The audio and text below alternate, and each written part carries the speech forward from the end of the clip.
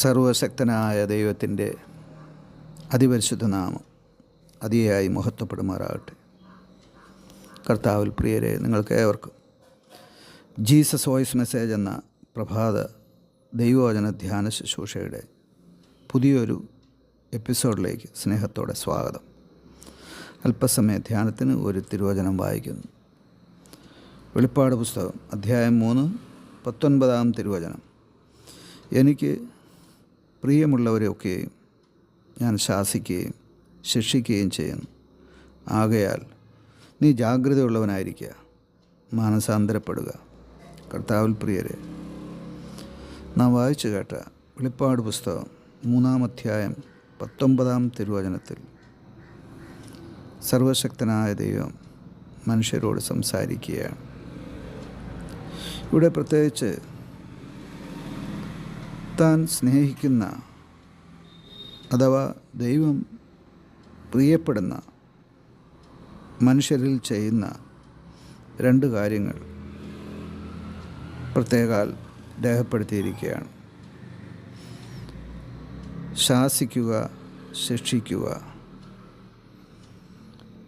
സാധാരണയായി കുടുംബങ്ങളിൽ മാതാപിതാക്കൾ തങ്ങളുടെ കുഞ്ഞുങ്ങളെ തിരുത്തുവാൻ,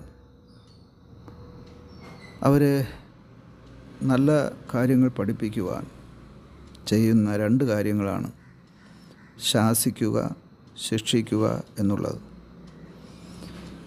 സർവശക്തനായ ദൈവം ഈ ഭൂമിയിൽ സൃഷ്ടിച്ച സകല മനുഷ്യരും ദൈവത്തിൻ്റെ ശാസനയ്ക്കും ശിക്ഷണത്തിനും വിധേയരാകണമെന്ന് ദൈവം ആഗ്രഹിക്കുന്നു.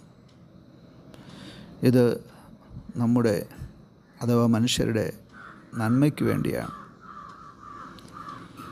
ദൈവം ശാസിച്ചില്ലെങ്കിൽ, ദൈവം ശിക്ഷിച്ചില്ലെങ്കിൽ നാം തെറ്റിപ്പോകുവാൻ, വീണുപോകുവാൻ, നശിച്ചു പോകുവാൻ, നരകത്തിലാകുവാൻ ഇടയുണ്ട്. ഇത് മുൻകൂട്ടി അറിയുന്ന ദൈവം പലപ്പോഴും മനുഷ്യരുടെ ജീവിതത്തിൽ ചെറിയ ചെറിയ വേദനകൾ, ചെറിയ ചെറിയ നൊമ്പരങ്ങൾ, സഹനങ്ങൾ, കഷ്ടതകൾ, ശോധനകൾ, പരീക്ഷകൾ, പ്രലോഭനങ്ങളൊക്കെ അനുവദിക്കുന്നു. ഇതിലൂടെ ദൈവത്തെ അറിയുവാനും ദൈവത്തെ അപേക്ഷിക്കുവാനും അഥവാ പ്രാർത്ഥിക്കുവാനും ദൈവത്തിൻ്റെ വചനങ്ങൾ പഠിക്കുവാനും ദൈവത്തിൻ്റെ ശാസനയ്ക്കും ശിക്ഷണത്തിനും വിധേയപ്പെടുവാനും വേണ്ടിയാണ് ദൈവം മനുഷ്യരോട് ഇപ്രകാരം ചെയ്യുന്നത്. അതല്ലാതെ ദൈവം ഒരു മനുഷ്യനെയും വേദനിപ്പിക്കുവാൻ, ഭാരപ്പെടുത്തുവാൻ, ദുഃഖിപ്പിക്കുവാൻ ആഗ്രഹിച്ചല്ല ശാസിക്കുകയും ശിക്ഷിക്കുകയും ചെയ്യുന്നത്. നമ്മെ അനുഗ്രഹിക്കുവാൻ ആഗ്രഹിക്കുന്ന ദൈവം, നമ്മെ ആശീർവദിക്കുവാൻ ആഗ്രഹിക്കുന്ന ദൈവം,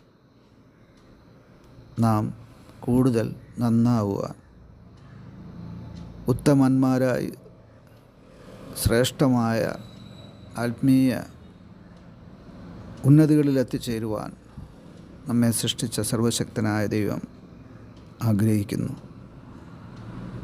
നാം ഈ വിഷയങ്ങളിൽ വീണുപോകുമ്പോൾ ദൈവം നമ്മെ കൈത്താങ്ങുകയും നമ്മെ ശാസനയിലൂടെ, ശിക്ഷണത്തിലൂടെ വീണ്ടും തൻ്റെ മാർഗത്തിലേക്ക് വഴി നടത്തുകയും ചെയ്യുന്നു.